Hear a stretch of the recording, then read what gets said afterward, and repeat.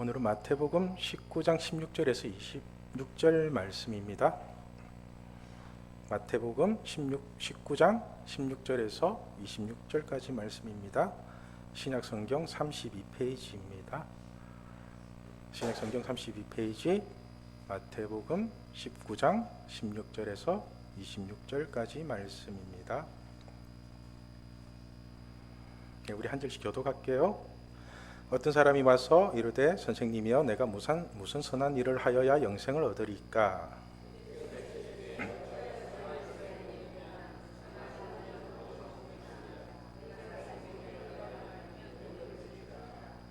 이르되 어느 계명이오니까? 예수께서 이르시되 살인하지 말라, 간음하지 말라, 도둑질하지 말라, 거짓 증언하지 말라.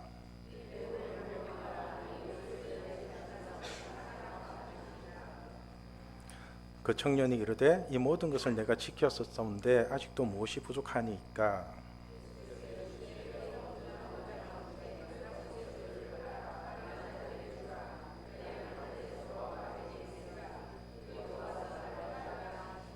그 청년이 재물이 많음으로 이 말씀을 듣고 근심하여 가니라.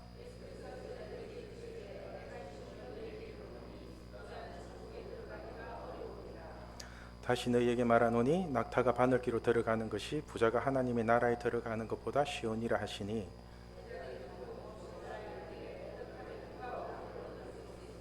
같이 읽겠습니다.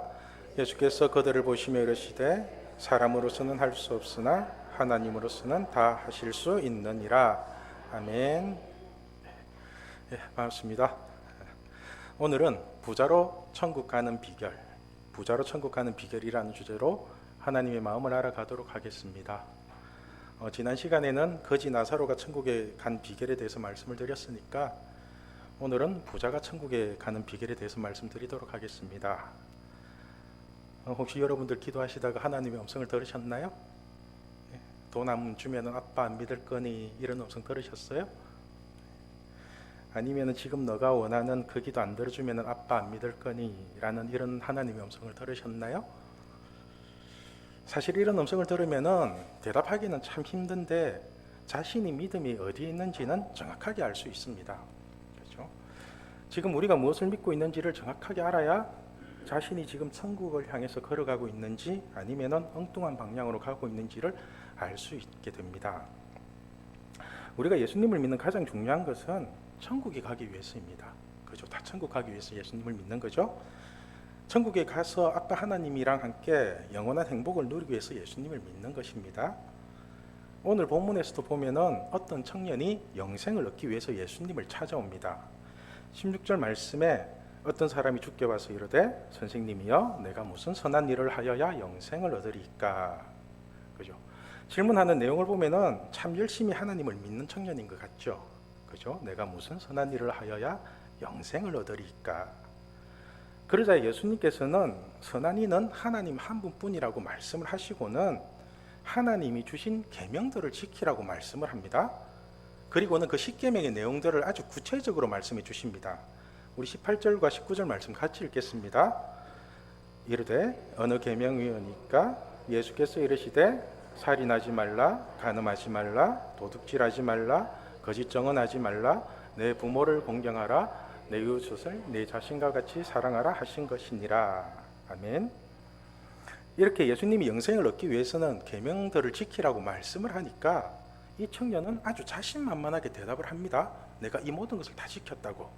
20절 말씀을 보면은 그 청년이 이르되 이 모든 것을 내가 지켰었사온데 아직도 무엇이 부족하니까. 그러니까 이 청년이 10계명을 얼마나 잘 지켰으면은 내가 이 모든 것을 다 지켰다고 자랑을 하면서 아직도 부족한 게 더 있냐고 되묻기까지 합니다. 여기까지만 보면은 이 청년의 믿음은 정말 대단한 것 같습니다. 그렇죠? 그런데 여러분들이 보시기에는 이 청년의 믿음이 진짜인 것 같습니까? 거짓인 것 같습니까? 어때요? 그렇죠? 진짜인지 거짓인지는 뒷부분에 보면 알 수 있는데, 그런데 사실 이 청년의 모습을 보면서 우리도 이런 식으로 자신을 속이고 있을지도 모른다는 생각이 들었습니다. 여러분들은 지금 10계명을 잘 지키고 계신가요? 10계명 잘 지켜요? 18절과 19절에 나오는 말씀을 잘 지키고 계신가요? 살인하지 말라, 간음하지 말라, 도둑질하지 말라, 거짓 증언하지 말라, 내 부모를 공경하라, 내 이웃을 내 자신과 같이 사랑하라. 여러분 혹시 사람을 죽여보셨나요?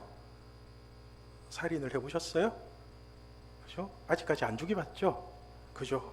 그렇게 니 죽고 내 죽자 이러면서 싸워도 사람을 죽이지는 않죠. 그죠? 저도 죽여버린다고 말은 많이 했는데 아직까지 사람은 안 죽여봤습니다. 그죠?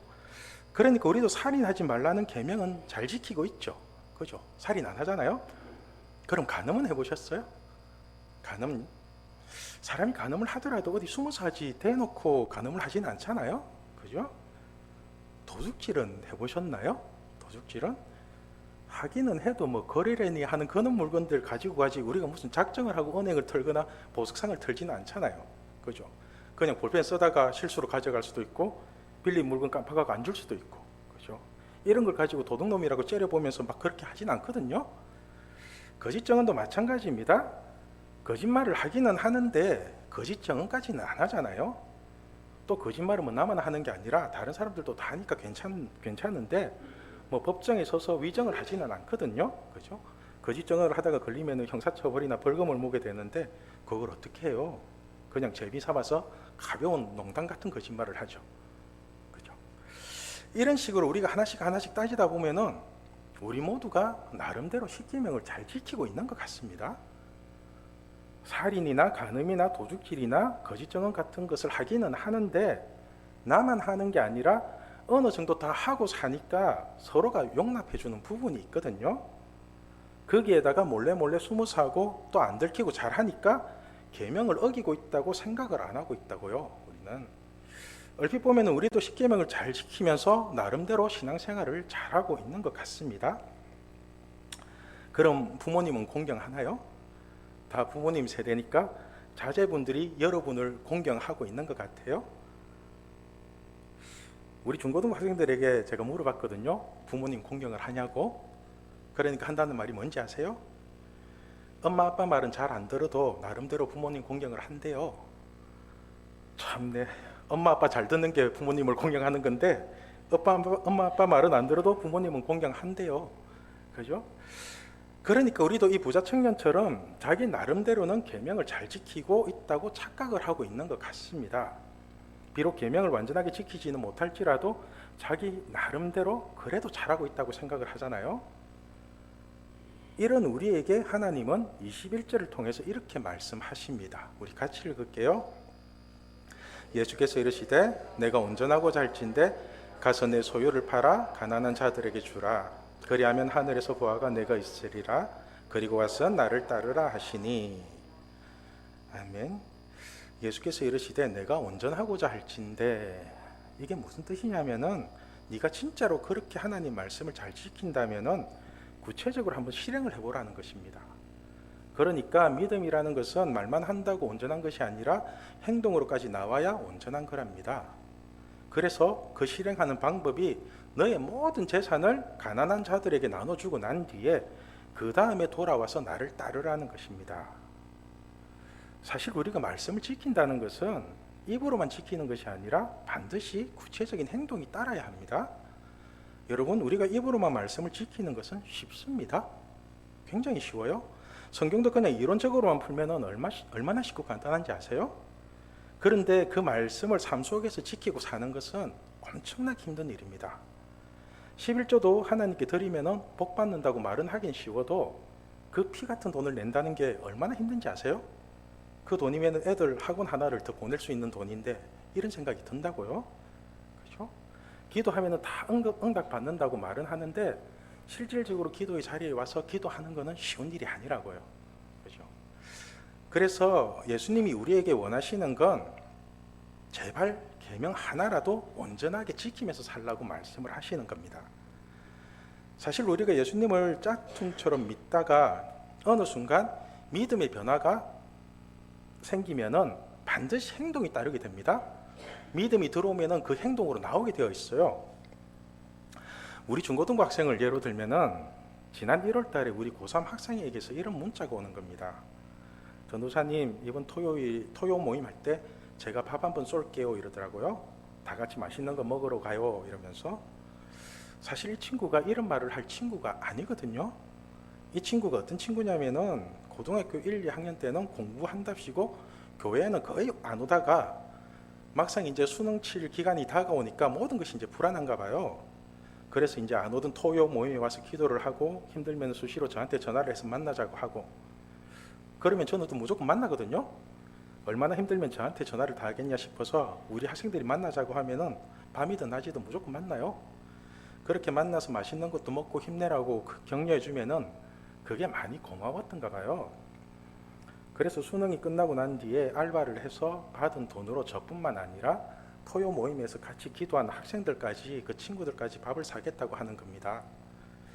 제가 이 모습을 보면서 이 친구가 얼마나 예뻐 보이든지, 사실 우리가 누군가에게 밥을 사주거나 돈을 쓴다는 것은 마음이 없으면 쉽게 나올 수 있는 행동들이 아닙니다. 사람들이 많이 오해를 하는 게 뭐냐면은 돈이 많으면은 쉽게 밥을 사줄 수 있다고 생각을 하는데, 여러분 아무리 돈이 많아도 꼴배기 싫은 사람에게는 10원짜리 하나 쓰기 싫고요. 더더욱 같이 밥 먹는 일은 절대로 없습니다. 그죠? 그러니까 돈이 많다고 밥을 사주는 게 아니라 마음이 있고 사랑이 있어야 밥을 사주게 되어 있거든요. 그죠? 특히 요즘 학생들은 무조건 더치페이입니다. 무조건. 아무리 친하다고 해도 친구라고 사주는 게 아니라 그냥 자기가 먹은 건 무조건 각자가 내는 거거든요. 그런데 이 친구는 고3이 내기에는 제법 큰 금액을 내고서도 하나도 안 아까워하더라고요. 오히려 자기가 밥을 사줄 수 있어서 기분이 좋다고 그래요. 참, 지금도 이 친구는 우리 중고등부 교사를 하면서 저랑 친하게 잘 지내고 있고 아이들한테 잘하고 있거든요. 여러분, 저는 이런 게 진짜 믿음이라고 생각을 합니다. 진짜로.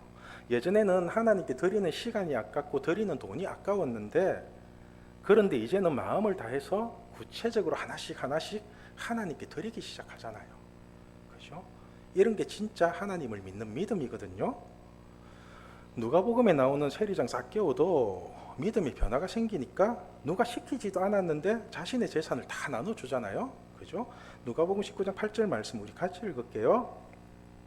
삭개오가 서서 주께 여짜오되 주여 보시옵소서, 내 소유의 절반을 가난한 자들에게 주겠사오며 만일 누구의 것을 속여 빼앗은 일이 있다면 내 갑절이나 갚겠나이다. 여러분 한번 생각해 보십시오. 자신이 소유한 재산의 절반을 가난한 자들에게 나눠주고 누구의 것을 속여 빼앗은 일에 대해서 내 갑절이나 갚아주면은 남는 게 있겠어요? 재산 다 거들날걸요? 빚 안 지면 다행일 겁니다. 그러니까 이게 삭개오는 예수님을 만나고 믿음이 생기는 순간부터 돈이 아닌 예수님만 철저하게 붙잡았다는 겁니다. 사실 이게 온전한 회개거든요. 회개. 그런데 오늘 본문에 나오는 청년은 어떻게 하는지 아세요? 우리 22절 말씀 같이 읽겠습니다. 그 청년이 재물이 많음으로 이 말씀을 듣고 근심하여 가니라. 그러니까 이 청년은 돈이 너무 많아서 예수님의 말씀을 듣고 근심하면서 예수님을 버리고 갔답니다. 여러분이 생각하기에는 이런 돈이 축복일까요? 저주일까요? 어떻게 생각되세요? 하나님은 이 청년에게 예수님과 진짜로 동행하고 함께 할 수 있는 기회를 직접적으로 줬는데도 이 청년은 돈이 너무너무 많아서 예수님을 버리고 도망갔답니다. 그런데 이 청년이 조금 전까지만 해도 뭐라고 떠들었는지 아시죠? 그죠? 내가 하나님의 모든 계명을 다 지켜서 이제는 더 지킬 계명조차 없다고 떠들던 청년입니다. 여러분은 이 청년의 믿음이 진짜라고 느껴지십니까? 짝퉁이죠. 짝퉁도 완전한 짝퉁인데, 그런데 그 겉모습을 보면은 진짜와 별반 차이가 없다는 것입니다. 살인도 하지 않고 간음도 하지 않고 도둑질도 하지 않고 거짓 증거도 하지 않고 심지어는 부모까지도 공경을 하는데 단 한 가지 할 수 없었던 것이 바로 예수님을 사랑하는 것이었습니다.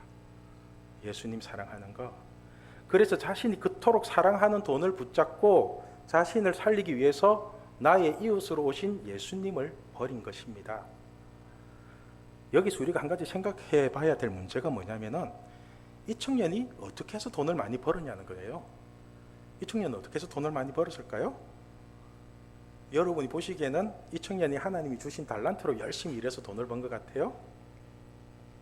달란트로 돈을 벌었다면 이렇게 예수님 버리고 도망 안 갔겠죠. 그죠? 오늘 본문이 기록된 시대는 로마 식민지 시대입니다. 그죠? 그러니까 식민지 시대의 젊은 청년이 돈이 많다는 것은 뭔가 좀 이상하지 않나요? 우리나라도 1910년부터 35년 동안 일제 식민지 시대가 있었죠. 그죠? 그 시대에 젊은 청년이 돈을 많이 벌었다고 하면은 열심히 일해서 돈을 벌었을까요? 아니면은 일본에 빌붙어서 친일파란 이름으로 돈을 벌었을까요? 그죠? 무슨 뜻인지 대충 이해가 가시죠? 그죠? 사람들은 친일파라고 하면은 일본을 좋아한다고 생각을 하는데 그 실상을 정확히 보면은 돈을 너무너무 사랑해서 나라와 민족까지 팔아먹으면서 철저하게 돈을 붙잡는 사람입니다. 그죠?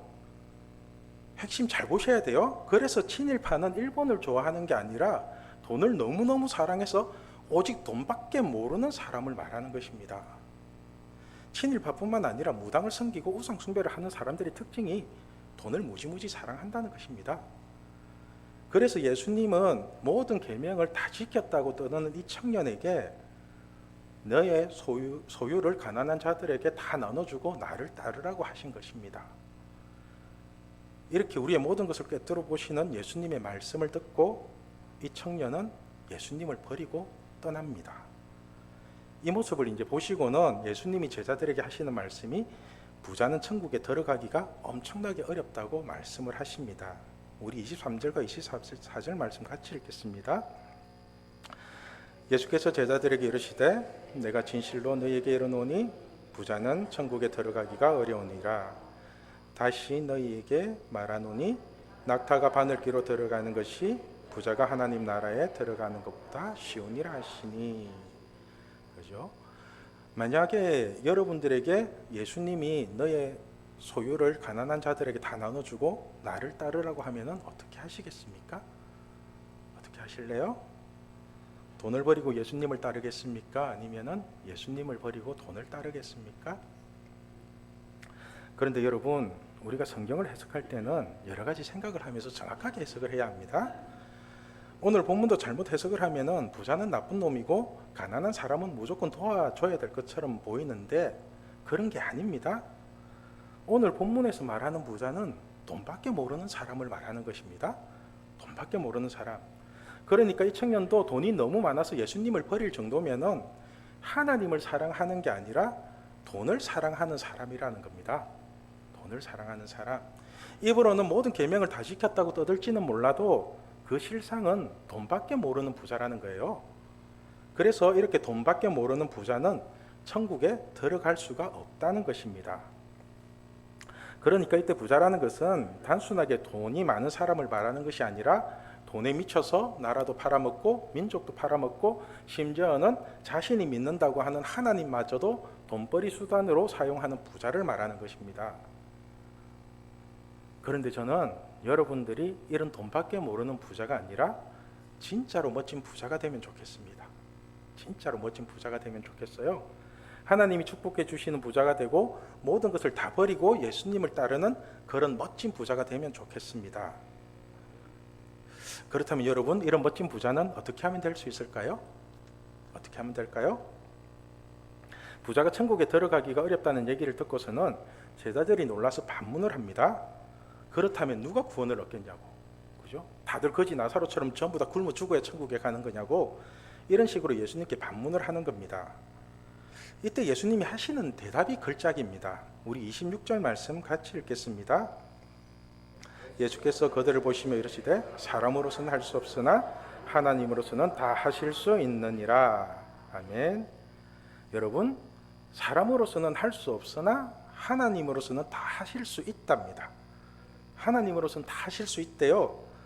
그러니까 하나님의 말씀을 듣고 모든 것을 버릴 수 있는 부자가 되면은 부자라도 얼마든지 천국에 갈 수 있다는 겁니다. 그래서 진짜 부자라는 것은 아무리 돈이 많아도 예수님을 버리는 게 부자가 아니라 창조주 하나님과 끝까지 함께하는 것이 진짜 부자라는 겁니다.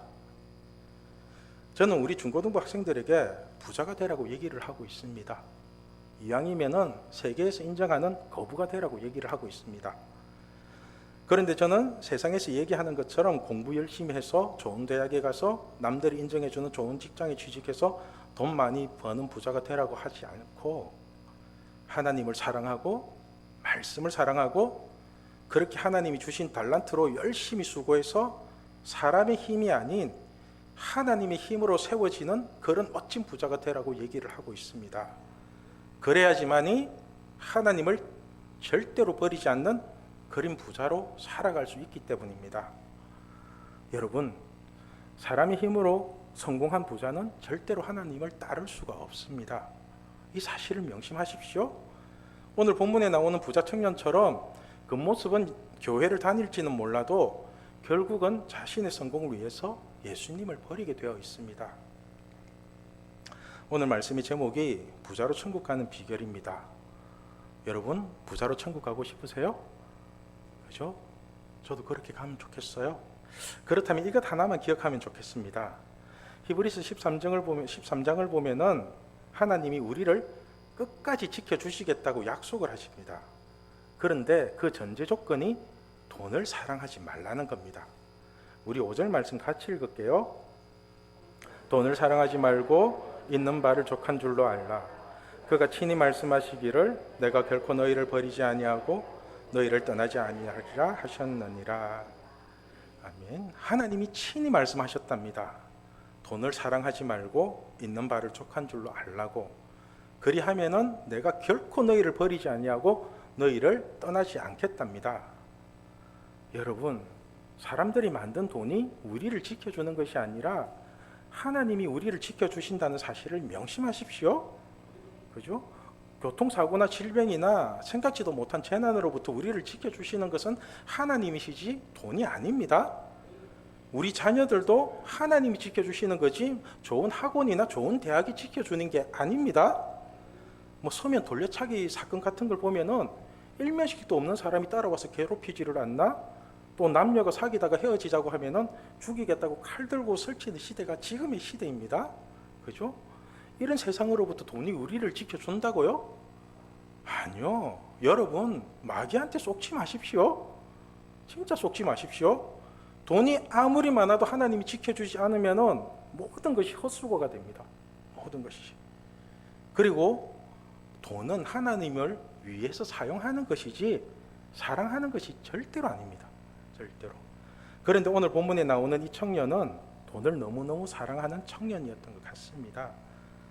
그래서 예수님께 영생을 얻기 위해서 찾아와 놓고서는 돈을 버리고 나를 쫓아라는 말 한마디에 오히려 예수님을 버리고 돈을 쫓아가는 인생을 사는 것입니다. 저는 여러분들과 우리 자녀들이 하나님만 사랑하고 하나님 말씀에 순종하는 사람이 되면 좋겠습니다. 이런 사람을 하나님은 지금도 찾고 계시고 이런 사람을 하나님이 친히 세상이 감당할 수 없는 부자로 하나님이 높여주실 것입니다. 그러니까 여러분, 우리가 돈은 버릴지언정 예수님은 절대로 버리지 않는 멋진 믿음의 식구들이 되면 좋겠습니다.